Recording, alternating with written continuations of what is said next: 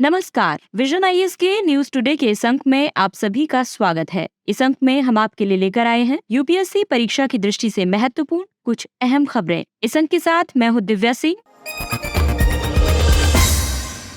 आइए सबसे पहले बात करते हैं इस अंक की हेडलाइंस के बारे में। वर्ष 2023 का फिजियोलॉजी या चिकित्सा का नोबेल पुरस्कार mRNA कोविड-19 वैक्सीन के लिए घोषित किया गया। भारतीय दूरसंचार विनियामक प्राधिकरण ट्राई ने 5G इकोसिस्टम के माध्यम से डिजिटल परिवर्तन पर परामर्श पत्र जारी किया। फिलीपींस के तटरक्षक बलों ने एक विवादित शोल पर स्थापित चीन के फ्लोटिंग बैरियर को हटा दिया है। दिवाला और शोधन अक्षमता संहिता के तहत भारतीय दिवाला और शोधन अक्षमता बोर्ड के गठन के 7 वर्ष पूरे हुए। स्वच्छ भारत मिशन की 9वीं वर्षगांठ मनाई गई। पर्यावरण को हानिकारक रसायनों से बचाने के लिए संयुक्त राष्ट्र का नया फ्रेमवर्क जारी किया गया। और आइए अब खबरों पर विस्तार से चर्चा करते हैं।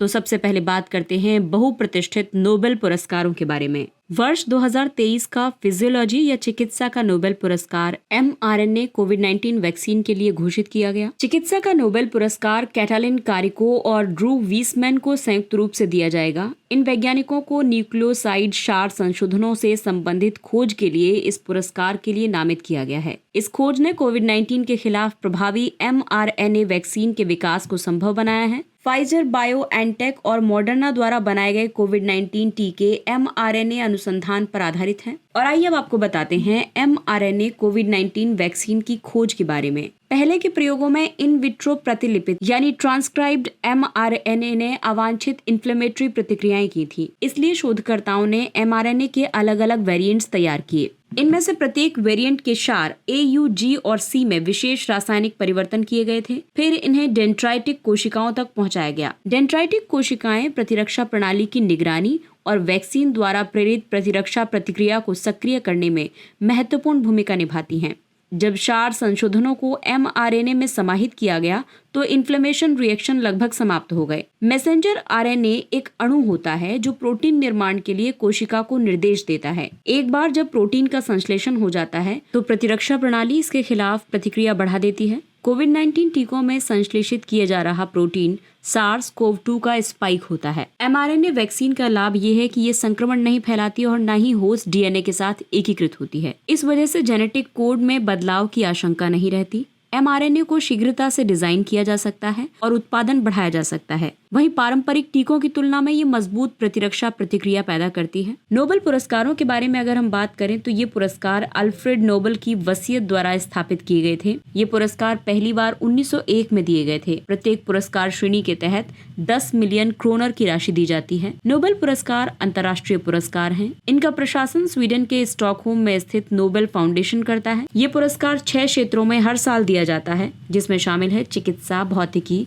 रसायन विज्ञान, साहित्य, अर्थशास्त्र और शांति। अब इसमें जो अर्थशास्त्र का नोबेल पुरस्कार है वो नोबेल ने शुरू नहीं किया था, बल्कि स्वीडन के केंद्रीय बैंक ने 1968 में स्थापित किया था। एक mRNA वैक्सीन कैसे काम करती है, इसकी अगर हम बात करें तो सबसे पहले वैज्ञानिक वायरस के जेनेटिक कोड का अंश निकालते हैं और इसे एक वैक्सीन में बदल देते हैं, जिसे मरीज में इंजेक्ट किया जाता है। फिर उसके बाद में वैक्सीन कोशिकाओं में प्रवेश करती है और उन्हें कोरोना वायरस स्पाइक प्रोटीन का उत्पादन करने का निर्देश देती है। यदि मरीज बाद में कोरोना वायरस से संक्रमित होता है तो वायरस से लड़ने के लिए एंटीबॉडी और टी कोशिकाएं सक्रिय हो जाती हैं। शरीर की प्रतिरक्षा प्रणाली प्रतिक्रिया करती है और फिर एंटीबॉडी का उत्पादन करती है। इसके बाद स्पाइक प्रोटीन से युक्त कोशिकाओं को नष्ट करने के लिए टी कोशिकाओं को सक्रिय करती है और इस तरह से वायरस से किसी भी व्यक्ति का बचाव किया जा सकता है।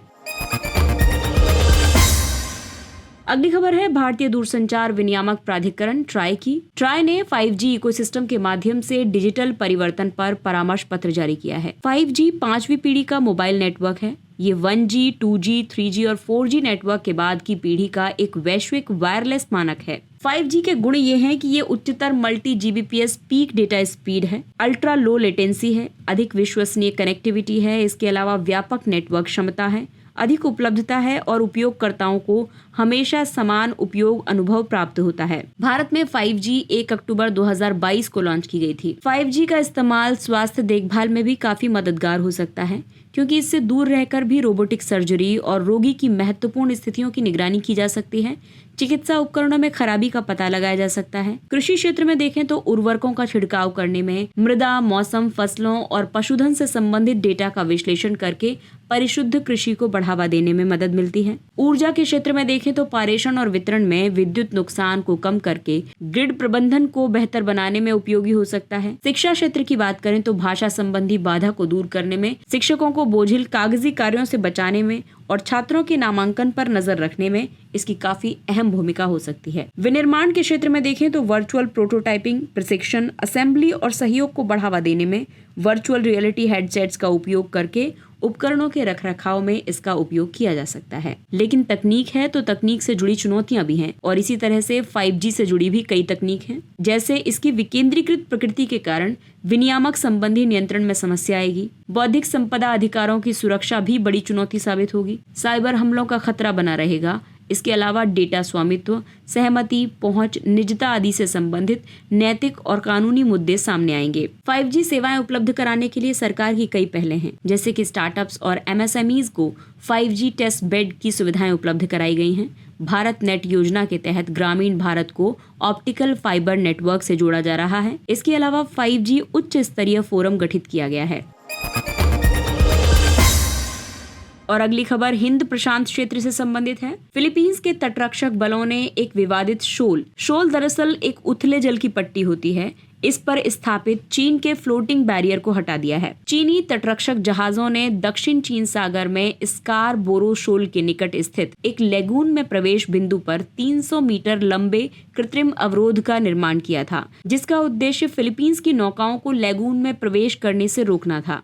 स्कारबोरो शोल को हुआंग यान द्वीप के नाम से भी जाना जाता है। ये चीन और फिलीपींस के बीच एक विवादित क्षेत्र है। वर्ष 2013 में फिलीपींस ने समुद्री कानून पर संयुक्त राष्ट्र अभिसमय अंक्लोज के तहत स्थायी मध्यस्थता न्यायालय में चीन के खिलाफ मध्यस्थता वाद दायर किया था। स्थायी मध्यस्थता न्यायालय ने निर्णय दिया था कि दक्षिण चीन सागर में चीन के दावे अंक्लोज के साथ असंगत हैं, लेकिन चीन ने मध्यस्थता न्यायालय के फैसले को खारिज कर दिया। दक्षिण चीन सागर चीनी मुख्य भूमि के ठीक दक्षिण में स्थित है। इसकी सीमाएं ब्रुनेई, चीन, इंडोनेशिया, मलेशिया, फिलीपींस, ताइवान और वियतनाम देशों से लगती हैं। दक्षिण चीन सागर सामरिक दृष्टि से बहुत महत्वपूर्ण है। ये एशिया को यूरोप और अफ्रीका से जोड़ने वाला एक प्रमुख व्यावसायिक मार्ग है। भारत का कम से कम 55% व्यापार दक्षिण चीन सागर के माध्यम से होता है। इसके अलावा दक्षिण चीन सागर प्राकृतिक संसाधनों की वजह से भी अहम है। दक्षिण चीन सागर में लगभग 11 बिलियन बैरल तेल और 190 ट्रिलियन क्यूबिक फीट प्राकृतिक गैस के भंडार होने की संभावना है और यही वजह है कि कहीं ना कहीं चीन का यहाँ पर ज्यादा इंटरेस्ट दिखाई देता है और इस वजह से वो अपने जितने भी पड़ोसी देश हैं उनसे किसी भी हद तक जाने को तैयार रहता है। तो दक्षिण चीन सागर के साथ जुड़े हुए कई मुद्दे हैं। राज्य क्षेत्रीय दावों की बात करें तो सीमावर्ती राष्ट्र इस समुद्र में द्वीपों, चट्टानों और द्वीप समूहों के विशाल विस्तार के माध्यम से ओवरलैपिंग राज्य क्षेत्रीय दावे करते हैं, यानी एक ही स्थान के लिए कई देश दावे करते हैं कि यह हमारे क्षेत्र में आता है, यह हमारे क्षेत्र में आता है। इसके अलावा दक्षिण चीन सागर का सैन्यीकरण हो रहा है। अब क्योंकि ये व्यापारिक दृष्टि से इम्पोर्टेंट है, सामरिक दृष्टि से इम्पोर्टेंट है, तो इसलिए चीन और अमेरिका दोनों ने दक्षिण चीन सागर में अपनी सैन्य उपस्थिति बढ़ा दी है। और आइए बात करते हैं अगली खबर की। दिवाला और शोधन अक्षमता संहिता IBC के तहत भारतीय दिवाला और शोधन अक्षमता बोर्ड के गठन के 7 साल पूरे हो गए हैं। IBBI एक सांविधिक निकाय है। इसे दिवाला और शोधन अक्षमता संहिता 2016 के तहत 2016 में स्थापित किया गया था। ये दिवाला पेशेवरों, दिवाला पेशेवर एजेंसियों और संस्थाओं और सूचना उपयोगिताओं पर विनियामक निगरानी रखता है। दिवाला और शोधन अक्षमता बोर्ड का संचालन केंद्र सरकार द्वारा गठित एक शासी बोर्ड करता है। IBC कॉर्पोरेट कर्जदारों के दिवाला संबंधी मुद्दे का समाधान करने के लिए एक समयबद्ध प्रक्रिया प्रदान करती है। ये संहिता कंपनियों, सीमित देयता भागीदारियों, साझेदारी फर्मों और व्यक्तियों पर लागू होती है। IBC की सफलताएं ये हैं कि IBC की शुरुआत से लेकर अब तक इसके जरिए करीब 3 लाख करोड़ रुपए की वसूली की जा चुकी है। इस वित्तीय वर्ष में कॉर्पोरेट दिवाला मामलों के समाधान लगभग दोगुने होकर 300 होने की उम्मीद है। हालांकि इसकी चुनौतियां ये हैं कि इसमें बड़ी संख्या में मामले लंबित हैं। IBC के तहत हर साल लगभग 5000 नए मामले दर्ज किए जाते हैं। लेनदार आमतौर पर स्वीकृत दावों का केवल एक छोटा सा हिस्सा ही वसूल कर पाते हैं। कॉर्पोरेट दिवाला समाधान प्रक्रिया में लगने वाला औसत समय परिचालनात्मक लेनदारों के लिए 635 दिन और वित्तीय लेनदारों के लिए 643 दिन है। ये संहिता के तहत निर्धारित अधिकतम 330 दिनों की समय सीमा से ज्यादा है। इसमें बार बार संशोधन किए जा रहे हैं। इसके लागू होने के बाद से इसमें लगभग 80 संशोधन हो चुके हैं। और आइए अब बात करते हैं अगली खबर की। स्वच्छ भारत मिशन की 9वीं वर्षगांठ मनाई गई। स्वच्छ भारत मिशन को 2 अक्टूबर 2014 को लॉन्च किया गया था। इसे सार्वभौमिक स्वच्छता कवरेज प्राप्त करने के प्रयासों में तेजी लाने के लिए आरंभ किया गया था। इस मिशन के 2 भाग हैं, स्वच्छ भारत मिशन ग्रामीण जो कि जल शक्ति मंत्रालय के तहत है और स्वच्छ भारत मिशन शहरी जो कि आवासन और शहरी कार्य मंत्रालय के तहत है। स्वच्छ भारत मिशन ग्रामीण ने जमीनी स्तर पर लोगों में स्वच्छता आंदोलन का भाव पैदा करके अपना कार्य पूर्ण किया है। वहीं सरकार ने 2020 में स्वच्छ भारत मिशन ग्रामीण के दूसरे चरण ODF+ को मंजूरी दी थी। इसके उद्देश्य हैं खुले में शौच मुक्त व्यवहार को बनाए रखना तथा ठोस एवं तरल अपशिष्ट प्रबंधन सुविधाएं सुलभ कराना। इस कार्यक्रम को 2020-21 से 2024-25 तक मिशन मोड में कार्यान्वित किया जाएगा। इस कार्यक्रम को कई योजनाओं के अभिसरण के माध्यम से वित्त पोषित किया जा रहा है, जैसे कि केंद्र और राज्य सरकार की विविध योजनाएं, पेयजल तथा स्वच्छता विभाग से बजटीय आवंटन, ग्रामीण स्थानीय निकायों को अनुदान से, महात्मा गांधी राष्ट्रीय ग्रामीण रोजगार गारंटी योजना, कॉर्पोरेट सामाजिक उत्तरदायित्व फंड आदि से। स्वच्छ भारत मिशन शहरी 2.0 को 1 अक्टूबर 2021 को 5 साल की अवधि के लिए लॉन्च किया गया था। इसके उद्देश्य हैं अपशिष्टों को उनके प्रकार के आधार पर स्रोत पर ही 100% अलग करके सभी शहरों को अपशिष्ट मुक्त बनाना। इसके अलावा सभी प्रकार के अपशिष्टों का घर घर जाकर संग्रह करना और वैज्ञानिक तरीके से उनका प्रबंधन करना। इस प्रबंधन में वैज्ञानिक तरीके से निर्मित लैंडफिल्स में अपशिष्टों का सुरक्षित निपटान भी शामिल है।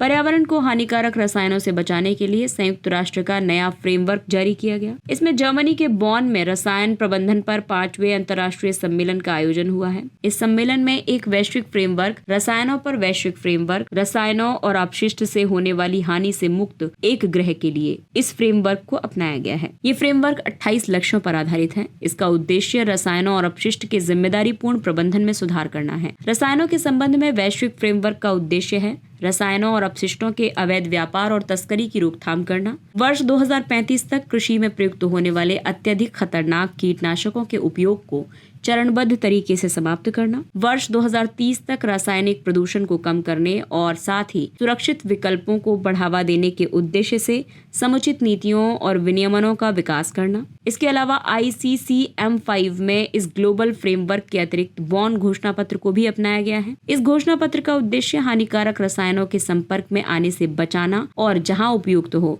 सबसे हानिकारक रसायनों को चरणबद्ध तरीके से समाप्त करना है। साथ ही इन रसायनों का उपयोग आवश्यक हो वहां इनके सुरक्षित प्रबंधन को बढ़ावा देना है। हानिकारक रसायनों के काफी प्रभाव पड़ते हैं। इनसे पारिस्थितिक तंत्र का क्षरण होता है। ये जैव विविधता को नुकसान पहुंचाते हैं, मिट्टी की गुणवत्ता को प्रभावित करते हैं। इसके अलावा मिट्टी की उर्वरता को बढ़ाने वाले सूक्ष्म जीवों की संख्या को कम करते हैं। साथ ही इन रसायनों से त्वचा या आंखों में जलन, कैंसर, अंगों को नुकसान आदि जैसे तत्काल और दीर्घकालिक हानिकारक स्वास्थ्य प्रभाव भी दिखाई देते हैं। और इन खतरनाक रसायनों से निपटने के लिए कई सारे अभिसमय लागू किए गए, यानी कन्वेंशंस लागू किए गए। इन कन्वेंशंस में प्रमुख है बेसल कन्वेंशन 1989। ये खतरनाक अपशिष्टों की सीमा पार आवाजाही पर नियंत्रण और उनके निपटान से संबंधित है। दूसरा है रॉटरडैम कन्वेंशन 1998। ये अंतर्राष्ट्रीय व्यापार में कुछ खतरनाक रसायनों और कीटनाशकों के लिए पूर्व सूचित सहमति प्रक्रिया यानी प्रायर इन्फॉर्म्ड कंसेंट को स्थापित करता है। और आइए अब बात करते हैं कुछ अन्य महत्वपूर्ण सुर्खियों की। TIR कोऑर्डिनेट्स के तहत वस्तुओं के अंतर्राष्ट्रीय परिवहन पर अभिसमय TIR कन्वेंशन 1975। केंद्रीय अप्रत्यक्ष कर और सीमा शुल्क बोर्ड TIR यानी ट्रांसपोर्ट इंटरनेशनल रूटियर के कार्यकारी बोर्ड के लिए भारत की दावेदारी के लिए समर्थन जुटा रहा है। TIR कन्वेंशन का उद्देश्य सरलीकृत सीमा शुल्क पारगमन प्रक्रियाओं और एक अंतर्राष्ट्रीय गारंटी प्रणाली के माध्यम से अंतर्राष्ट्रीय पारगमन की सुविधा प्रदान करना है। इसमें कॉमन सीमा शुल्क दस्तावेज, एक कॉमन गारंटी प्रणाली, सीमा शुल्क नियंत्रण की पारंपरिक मान्यता और सुरक्षित वाहन कंटेनर शामिल हैं। ये वर्तमान में मौजूद एकमात्र सार्वभौमिक सीमा शुल्क पारगमन प्रणाली है। भारत इस अभिसमय के पक्षकारों में से एक है। अगला टॉपिक है समक्का सरक्का। प्रधानमंत्री ने घोषणा की है कि तेलंगाना के मुलुगु जिले में केंद्रीय जनजातीय विश्वविद्यालय स्थापित किया जाएगा। इसका नाम जनजातीय देवी समक्का सरक्का के नाम पर रखा जाएगा। समक्का और सरलम्मा या सरक्का माता और पुत्री की जोड़ी है। उन्होंने 12वीं शताब्दी में तत्कालीन काकतीय शासकों द्वारा सूखे के बावजूद जनजातीय लोगों पर कर लगाने के खिलाफ संघर्ष किया था। समक्का सरलम्मा यात्रा देश का सबसे बड़ा जनजातीय धार्मिक समागम है। ये प्रत्येक 2 साल में तेलंगाना में आयोजित किया जाता है। ये यात्रा तेलंगाना का राजकीय महोत्सव है। 15 मिनट सिटीज, ये एक शहरी योजना निर्माण अवधारणा है। ये प्रदूषण को कम करने के लिए आवश्यक सेवा आपूर्ति को निवासियों द्वारा पैदल चलकर या बाइक से तय की जाने वाली कम दूरी के भीतर उपलब्ध करवाने का समर्थन करती है। ये एक स्थानिक विकास मॉडल है। ये अधिक स्थानीय, स्वस्थ, उचित और संधारणीय जीवन शैली को बढ़ावा देने में मदद करता है। ऑपरेशन कच्छप, राजस्व आसूचना निदेशालय DRI ने 955 नवजात गंगा कच्छपों को बचाया है। DRI ने उन्हें अपने मल्टी सिटी ऑपरेशन कच्छप के तहत अवैध वन्यजीव व्यापार पर कार्रवाई करते हुए बचाया है। भारत कछुओं की विविधता के मामले में दुनिया के हॉटस्पॉट्स में से एक है। यहाँ कछुओं और ताजा जल के कच्छपों की 29 प्रजातियां पाई जाती हैं। गंगा नदी तंत्र ऐसी 13 प्रजातियों का पर्यावास है। DRI वित्त मंत्रालय के केंद्रीय अप्रत्यक्ष कर और सीमा शुल्क बोर्ड के अधीन कार्य करता है। ये भारत में तस्करी रोधी कार्रवाई में भारतीय सीमा शुल्क की शीर्ष एजेंसी है। कलक्कर मुंडनतुरई टाइगर रिजर्व KMTR, ये दक्षिणी पश्चिमी घाट में तमिलनाडु के तिरुनेलवेली और कन्याकुमारी जिलों में विस्तृत है। अगस्तमलाई हिल रेंज इस अभयारण्य का कोर क्षेत्र है। इसे जैव विविधता हॉटस्पॉट कहा जाता है। KMTR नदी अभयारण्य के रूप में प्रसिद्ध है। तामिरबरणी नदी और 13 अन्य नदियां KMTR से निकलती हैं। इस क्षेत्र में शुष्क कटीले वन से लेकर शुष्क पर्णपाती वन और आर्द्र पर्णपाती वन पाए जाते हैं। रिजर्व के ऊंचाई वाले इलाकों में पश्चिमी तट आर्द्र सदाबहार वन पाए जाते हैं। वहीं जीवों की बात करें तो यहाँ पर बाघ, तेंदुआ, भालू, हाथी, गौर, सांभर, माउस, डियर, नीलगिरी लंगूर, स्लेंडर लॉरेस और शेर पूंछ वाले मकाओक पाए जाते हैं। अगला टॉपिक है स्टैग हॉर्न कोरल। हाल ही में कैरिबियन क्षेत्र में अत्यधिक संकटग्रस्त स्टैग हॉर्न कोरल यानी कि एक प्रवाल का जीनोम वाइड सर्वेक्षण किया गया। सर्वेक्षण के क्रम में इस कोरल में व्हाइट बैंड रोग से लड़ने की क्षमता वाले 10 जीनोमिक क्षेत्रों की पहचान की गई। स्टैग हॉर्न कोरल कैरिबियन क्षेत्र में पाए जाने वाले सबसे महत्वपूर्ण प्रवालों में से एक है। एल्क हॉर्न कोरल और स्टार कोरल के साथ इसने पिछले 5000 वर्षों में कैरिबियन प्रवाल भित्तियों का निर्माण किया है। स्टैग हॉर्न कोरल उथले पानी में घने समूह बना सकते हैं जिन्हें थिकेट्स कहा जाता है। ये इन प्रवालों की कोशिकाओं के अंदर रहने वाले प्रकाश संश्लेषक शैवालों से भोजन प्राप्त करते हैं। IUCN में इनकी स्थिति क्रिटिकली एंडेंजर्ड की है। इन्हें महासागर के गर्म होने, महासागर के अम्लीकरण, मत्स्यन की असंधारणीय प्रथाएं और प्रदूषण के भूमि आधारित स्रोत से खतरा है।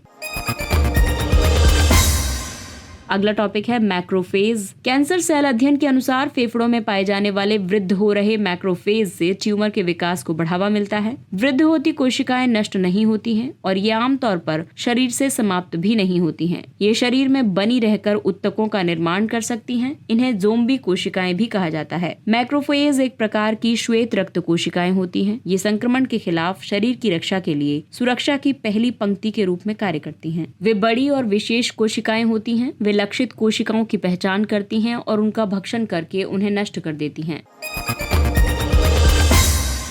R21 या मैट्रिक्स M मलेरिया वैक्सीन। विश्व स्वास्थ्य संगठन ने बच्चों में मलेरिया की रोकथाम के लिए R21 या मैट्रिक्स M नामक मलेरिया की दूसरी वैक्सीन की सिफारिश की है। इससे पहले 2021 में WHO ने RTS-S/AS01 वैक्सीन को मलेरिया की रोकथाम के लिए मंजूरी दी थी। R21 या मैट्रिक्स M वैक्सीन को घाना, नाइजीरिया और बुर्किना फासो में टीकाकरण के लिए लाइसेंस दिया गया है। इसे ऑक्सफोर्ड यूनिवर्सिटी के जेनर इंस्टीट्यूट इंस्टीट्यूट और सीरम इंस्टीट्यूट ऑफ इंडिया ने संयुक्त रूप से विकसित किया है। ये वैक्सीन लागत प्रभावी है, ज्यादा प्रभावी है और क्लिनिकल परीक्षण में सुरक्षित है। मलेरिया रोग प्लाज्मोडियम परजीवियों के कारण होता है। मनुष्यों में इसका प्रसार संक्रमित मादा एनाफिलीज मच्छरों के काटने से होता है। अगला टॉपिक है मिलिट्री नर्सिंग सर्विस। हाल ही में मिलिट्री नर्सिंग सर्विस ने अपना 98वां स्थापना दिवस मनाया। मिलिट्री नर्सिंग सर्विस सशस्त्र बलों में सबसे पुरानी और सबसे प्रतिष्ठित केवल महिला सदस्यों वाली सेवाओं में से एक है। सशस्त्र बलों के अलग अलग अस्पतालों में इसकी 5000 से अधिक अधिकारी तैनात हैं। एमएनएस का गठन 1888 में स्थापित भारतीय सेना नर्सिंग सेवा से हुआ था। 1 अक्टूबर 1926 को भारतीय सेना में स्थायी नर्सिंग सेवा का गठन किया गया था। इसे भारतीय सैन्य नर्सिंग सेवा के रूप में नामित किया गया था।